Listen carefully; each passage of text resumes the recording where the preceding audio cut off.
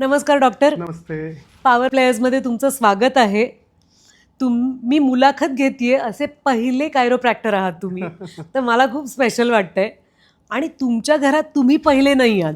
Yes. तुमच्याकडे प्रत्येक पिढीनुसार एक एक कायरोप्रॅक्टर आहेच. तुमच्या आजोबांपासून हे सुरू झालेलं आहे असं मला कळलं. आजोबा माझे बोन्स मॅन्युप्युलेट करायचे आणि हिलिंग आपले कास्टवालं फ्रॅक्चर आहे हां. त्याच्यामध्ये आयुर्वेदिक लेपच वापरायचे बरं. आणि 1-1.5 महिन्यात अक्षरशः पेशंट बरे व्हायचे.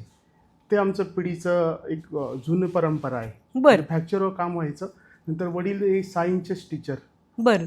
त्यांनी सायन्सला असताना ते मला त्यांच्याबरोबर स्कूलमध्ये घेऊन जायचे आणि अॅनाटॉमी अक्षरशः स्केलेटल त्यावेळेस ओरिजिनल भेटायचा. करेक्ट. आणि त्याच्यावर शिकवायचे असं असं बोन्स असतात असं हे. आणि इथे एवढं वेगळी परंपरा होती ना, मजा यायची त्यावेळेस. मी पिढीजात म्युझिशियन्स पाहिलेले आहेत, पिढीजात डॉक्टर पाहिलेत, पण पिढीजात चालू असलेली कायरो प्रॅक्टिस Yes. पहिल्यांदा ऐकायला मिळते. पण टू बिगिन विथ डॉक्टर, आम्हाला एकदा समजावून सांगा काय असतं हे कायरोप्रॅक्टिक म्हणजे काय? कारण हे मेडिकल आहे का हे खरंच जादू आहे? Yes, कसे yes. कसे बरे होतात डॉक्टर? हे शिक्षण कसं असतं याचं? ॲक्च्युली मी माझ्या परंपरेबद्दल थोडं सांगतो. जरूर. मी जेव्हा ज्या परंपरेत वाढलो, माझे वडील किंवा आजोबा म्हणा, हे बोन सेटिंग करायचे आणि रोजचे 50-60 महिन्याला हजारो लोक येऊन आमच्या इथे घरीच ट्रीटमेंट करायचे. आणि मी ते लहानपणापासून बघितलं. कुतूहलाने मला ते मी बघायचो आणि मला त्याच्यात इंटरेस्ट डेव्हलप झाला. अरे बोन सेटिंग असं असतं. त्यावेळेस कायरोप्रॅक्टिक हा वर्ड माझ्या मते 2015, 16, 17 नंतर इंडियात आला. प्रचलितच नव्हता तेव्हा. त्यावेळेस हार्डवैद्य बोन सेटर हां, असंच होतं. हां. तुम्ही पण कोणीतरी नातेवाईकात सजेशन असेल सोनाली मॅडम का इथे हा बाबा आहे, मोज बसून देत अगदी, अगदी. असं असतं.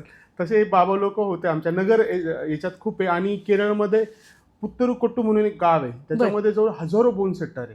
मी तिथे पण व्हिजिट केलेली आहे. खूप छानपैकी आहे ते सगळं. आणि हे बोन सेटिंग म्हणजे असं म्हणजे काहीतरी इंजुरी डेव्हलप करतील असं नाही. मी जेवढे बघितले माझ्या घराच्या परंपरेने जेवढे केले, आपले लिमिटेशन जेवढे तेवढे जाणून अतिशय परफेक्टरित्याच ते ट्रीटमेंट करणार.